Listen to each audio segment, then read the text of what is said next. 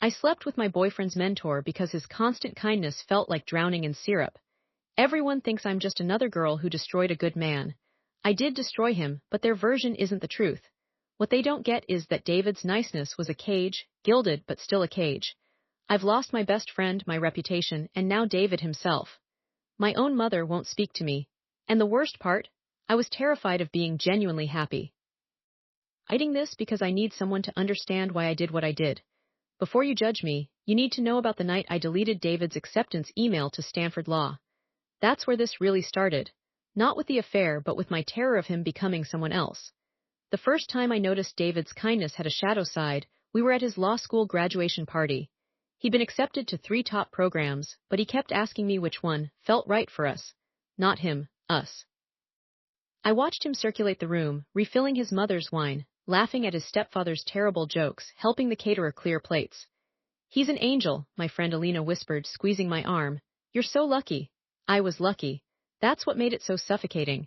We'd been together 3 years, since his sophomore year at Berkeley. I'd graduated a year ahead, landed a content marketing job that paid just enough to cover our Oakland apartment's rent while he studied. David never complained about money. He never complained about anything. When I came home ranting about my micromanaging boss, he'd listen for exactly 17 minutes. I'd timed him, then suggest we meditate together.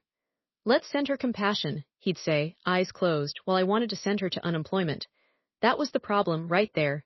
David's compassion had no edges, no teeth. He'd fold himself into whatever shape the moment required, and I couldn't tell where his personality ended and his performance of goodness began. 3 weeks after his graduation, the Stanford email arrived. I saw it first. His laptop was open, synced to his phone while he showered. Stanford Law, congratulations on your admission. My stomach dropped. Palo Alto meant leaving our life, our friends, the delicate ecosystem where I was the ambitious one and he was the stable base. Where would I fit if he became a Silicon Valley lawyer? I'd be Maya who followed, the afterthought. I told myself I was just going to think about it. Close the laptop. Maybe discuss it later. But my finger moved on its own. Right-click, delete, empty trash. The whole process took 8 seconds. 8 seconds that would cost me everything. That night he came out of the shower singing, towel around his waist, asking if I'd seen any emails from Stanford. Nothing yet, I said, scrolling Instagram like I hadn't just murdered his future. Maybe they're running late. When the actual rejection letter arrived a week later, I'd reported his email as spam, so they'd send a physical copy. I watched him open it with this hollow expression and I felt relief. Not sadness for him, relief for me. That's when I should have known something in me had broken. The affair started 6 months later, at a legal tech conference I helped coordinate. Marcus Chen was David's would-be mentor, a corporate law partner who'd taken David under his wing during a summer internship. He'd flown in from Boston for the keynote. I was managing registration when he approached, all sharp edges and expensive cologne, asking for a charger. David's girl, he said, recognition dawning. He told me you're the reason he stayed in the Bay. My smile tightened. Did he now? Refused to even apply to East Coast schools. Said you two had roots here. Marcus's eyes lingered on my face, curious. That's either love or leverage. I laughed, but the word lodged in my throat. Leverage. David had given up his dream for me, and now I wore it like a choke chain. The conference reception was at a hotel downtown. I wasn't supposed to be there, my job ended at setup, but Marcus had casually mentioned I should stop by. Network, he'd said. Don't let David's caution become your own. I wore a dress I'd bought for David's benefit, something he'd once called a bit much for Thai takeout. Marcus noticed. Of course he noticed. He noticed the way I avoided the raw bar because of a shellfish allergy David had memorized. He noticed I drank gin instead of the wine David always selected. He noticed everything David's kindness had smoothed over. When he asked for my number, for professional reasons, of course, I gave it to him. When he texted that night, asking if I wanted to grab a real drink after the conference clown show, I said yes. When he kissed me in the back of an Uber, I kissed back. David was at home, meal prepping chicken and quinoa for the week. He texted me earlier, hope it's going well, babe. Leftover pad thai in the fridge if you're hungry later. Love you. I read it while Marcus's hand was on my thigh. The next morning, I told David I crashed at Alina's after too many conference cocktails. He made me electrolyte water and drew me a bath, and I watched him move through our kitchen with that same devastating care, and I hated him for it. That's what nobody understands. I hated his goodness. It made my own darkness visible. Marcus started calling me during his commute. I'd step into the office stairwell to answer, voice low, heart hammering. He'd ask about my day, my dreams, the things David never questioned because David accepted everything at face value. What do you want? Marcus would press. Not what do we want. What do you, Maya, want? The answer terrified me. I wanted to stop being the girl who deleted emails. I wanted to be someone who deserved honesty. So I told Marcus the truth, not about Stanford, not yet. I told him David's kindness had become a form of control, that I felt erased. That when David looked at me, he saw some idealized version of a partner, not the messy, ambitious, sometimes cruel woman I actually was.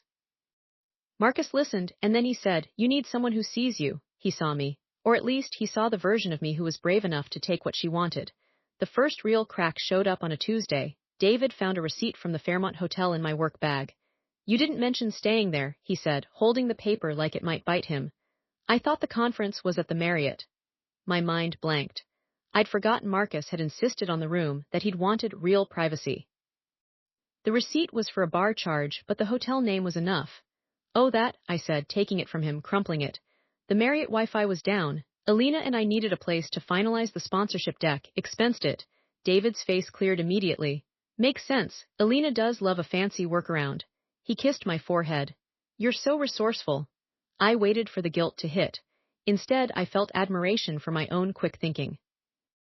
That should have been the real warning sign, not the affair, but the pride I took in covering it up. Alina did love a fancy workaround. That was true. What wasn't true was that she'd been anywhere near the Fairmont. Alina had been home with her toddler, probably falling asleep at 8:30 like she did most nights. But David wouldn't check. David trusted the narrative I gave him because David's entire worldview depended on people being fundamentally good. The problem with being good, I was learning, is that it makes you predictable, easy to deceive. Marcus wanted me to leave David. He said it over sushi one night, his hand covering mine on the table. "You're not doing him any favors, Maya. Let him find someone who appreciates his." He searched for the word. "His simplicity." The word landed like an insult. Simplicity, that's what I'd reduced David to, the simple, nice guy who loved me too much. "It's complicated," I told Marcus. "We have history, shared bills, a lease." But the real complication was Stanford. The more serious Marcus and I got, the weekend trips, the whispered plans, the more I needed David to stay exactly as he was. Nice, predictable, unaware. If he discovered what I'd done, if he suddenly developed edges, the whole story I'd told Marcus would crumble. David would become the victim and I'd become the villain. I couldn't have that, so I made sure he stayed nice. When he mentioned applying for a clerkship with a notoriously difficult judge, I accidentally let the deadline pass while helping with his application. When a friend from law school invited him to a study group that met on Thursday nights, my Marcus nights, I suggested it seemed like a cliquey exclusion tactic. "You don't need that kind of energy," I'd said, and he'd agreed, because agreement was his factory setting. I was curating his kindness, pruning it like a bonsai tree, keeping it small enough to manage. The weekend everything fractured started innocently. David planned a surprise picnic at the Berkeley Rose Garden, the kind of gesture he'd been making since we were 21. He packed my favorite cheese, the artisanal crackers that cost $12 a box, a bottle of rose I'd mentioned liking once in 2019. I spent the whole time texting Marcus under the table, telling him I wished I was with him. "You're quiet," David observed, pouring wine into plastic cups. "Just tired, work's been insane. You should quit, take a month, figure out what you actually want to do." He said it with such earnest generosity that I wanted to scream. He'd offered to bankroll my existential crisis if I let him. "I don't need you to fix me," I snapped. David's face fell. "I wasn't trying to, you never try. You just do, you just exist in this state of perfect helpfulness and expect everyone else to be grateful." The words poured out, acid I didn't know I'd been storing. "Maybe I don't want solutions. Maybe I want complexity. Maybe I want someone who challenges me instead of just agreeing." He stared at me, and for a second, something sharp flashed in his eyes. Hurt, yes, but also something else. Something that looked like anger, then it vanished. He packed up the cheese, the crackers, the wine. "I'll drive you home," he said quietly. That night I told Marcus I was ready to leave, that David's niceness had finally curdled into something I couldn't stomach. Marcus booked us a hotel in Napa for the following weekend. "Make your escape," he said. "I'll be waiting." I didn't sleep that night. I lay next to David, listening to his steady breathing, and I plotted my exit. I'd leave a note, something kind but firm. I'd take my things while he was at work. I'd let Marcus handle the messy parts. But David didn't go to work the next morning. He was at the kitchen table when I woke, his laptop open, a cup of coffee gone cold beside it. He looked at me and his eyes were different. The softness was gone. You told Alina I hit you, he said, not a question. My blood froze. What? She called last night while you were asleep, said she's been worried, that you've been telling her things about my temper. He turned the laptop toward me. On screen text messages between me and Alina, screenshots. Wanted to know if she should be concerned for your safety. I hadn't told Alina he hit me. I told her something worse. I told her he'd been emotionally abusive for years, that his niceness was a mask for control. I'd crafted a narrative so complete I'd almost believed it myself. And Alina, loyal friend that she was, had confronted David in what she thought was an intervention. The screenshots showed my words. He's so nice all the time that when he's not, it's terrifying, like walking on eggshells. He makes me feel like I'm crazy for wanting more. Sometimes I think he's only kind because it keeps me dependent. All lies, all carefully constructed to make my affair seem like survival.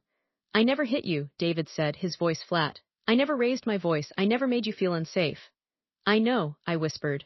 Then why would you? He stopped, his jaw tight. For the first time in our entire relationship, he looked like he might yell. I braced for it, almost wanted it. But he just stood, walked to the bedroom, and started packing a bag. We can talk about this, I said, following him. No, we can't, you've been talking enough for both of us. He paused, looking at a photo of us on his nightstand. Did you ever love me, or did you just love how easy I was to manipulate? The question hung between us, and I realized with horror that I didn't know the answer. I'd loved his kindness, his stability, his refusal to make waves. But I'd loved those things because they made me feel powerful. In control, safe. He left that afternoon. I expected him to cry, to plead, to be David the nice guy one last time. Instead, he was cold, precise. He took his laptop, his important documents, a week's worth of clothes. I'll send someone for the rest, he said. Don't contact me, I'll contact you. It was the first time he'd ever set a boundary with teeth. I called Marcus, panicked. He left. He knows I lied to Alina. What did you tell Alina? Marcus asked, and I heard the first note of doubt in his voice. Just that he was controlling, that I needed to get out. Controlling how? Marcus pressed. You said he was too nice, that's not the same thing. I hedged. It's complicated. Complicated how? The doubt sharpened. Maya, what did you actually tell people? The truth was a house of cards, and I could feel the first gust. I'd told Alina that David's kindness was manipulative. I'd told my coworker Sarah that David refused to let me travel for work. I'd told my mother that David monitored my spending. Each lie was small, plausible, building a case against a man who'd done nothing but sacrifice. They believed me because David was so nice that it seemed conceivable his niceness was a performance. Who's that kind without an agenda? That was my entire argument, the justification I'd sold to everyone, including myself. But Marcus was a lawyer. He understood evidence. What did you do? He asked quietly. I didn't hit him, I said, which wasn't what he'd asked. He hung up. I tried calling back, got voicemail. Then a text, don't contact me again, I need to think about this. David changed after he left. That's what everyone says, and it's true, but not in the way they think. He didn't become mean. He became honest. He posted on LinkedIn about his new position at a corporate firm in San Francisco, something I'd told him would make him a sellout. He got a studio in the Mission, started boxing, grew his hair longer. He looked like someone I'd swipe right on, which felt like a personal attack. Alina called me a week after he left, her voice thick. David showed me the screenshots of what you said. The real ones, Maya, not the ones you sent me. He never hit you, he never even called you crazy. I know, I said. Then why? Because if he wasn't the villain, I was. She hung up. Next day, she posted a photo of her and David at a coffee shop, caption proud of this man for setting boundaries. Everyone deserves truth. The comments were full of heart emojis and support, and under it anonymous replies, is this about his ex? She'd been telling people he's abusive. Yeah, I heard she cheated and made it up. Classic projection. My phone started blowing up, not with support but with questions. People I'd lied to, people I'd performed victimhood for. They wanted explanations. I turned it off. David's final kindness was not exposing me. He could have posted the screenshots. He could have sued me for defamation. Instead, he just lived. He flourished. He became the man he'd always been capable of being once I stopped pruning his edges. Marcus reached out once, a month later, not to reconcile but to tell me David had sent him a letter. He thanked me, Marcus said, voice hollow, for showing him what manipulation actually looks like. For making him realize that real kindness includes boundaries, not just compliance. The knife twisted. David was thanking the man I'd cheated with for teaching him self-respect. I kept waiting for the other shoe to drop. For David to finally snap to call me screaming to post a revenge video. He never did. He just got better. He passed the bar, joined a firm, started dating an environmental activist who looked like she argued for fun. He seemed happy. Worse, he seemed complete. My mother called eventually, but not to comfort. Your father did the same thing to me, she said, voice flat. Made me into his excuse for failure. I thought you were smarter than that. David didn't fail, I whispered. No, you made sure of that, didn't you? The Stanford email was the original sin, but the worst truth, the one that reframes everything, is this: I didn't just delete it. I created a fake rejection letter. I spent 3 hours formatting it correctly, using Stanford's letterhead, imitating the dean's signature. I made it say that while his application was strong, they'd had concerns about his lack of leadership initiative. I knew that would gut him. I knew it would make him stay. I put it in our mailbox. I let him find it. I held him while he cried and said maybe it was for the best, and I whispered, "You're too good for them anyway," while inside I was dancing. That was the real betrayal. The affair was just a symptom. The affair was me acting out because I'd already committed the unforgivable act. I decided David's dreams were less important than my security. He found out about the fake letter last week. I don't know how. Maybe he called Stanford. Maybe he looked through my old files when he was grabbing the last of his things from our shared Google Drive. But Alina texted me. He knows about Stanford. He knows you forged it. He's talking to a lawyer about fraud charges. My hands shook so hard I dropped my phone. Fraud, not just betrayal. Fraud. I called David immediately, my first instinct still to explain, to shape the narrative. He answered on the third ring. Maya. David, you can what? Apologize? Explain? I don't want your explanations. I want you to leave me alone. Are you really pressing charges? I hated the whimper in my voice. What would you do? He asked, and the question was so perfectly, horribly fair that I had no answer. You spent 3 years rewriting reality to suit yourself. Now you get to live in the one you created. How's it feel? It feels like being dead while still breathing. It feels like watching a movie of your life where you're the villain and you can't leave the theater. It feels like finally getting what you deserve. My job fired me yesterday.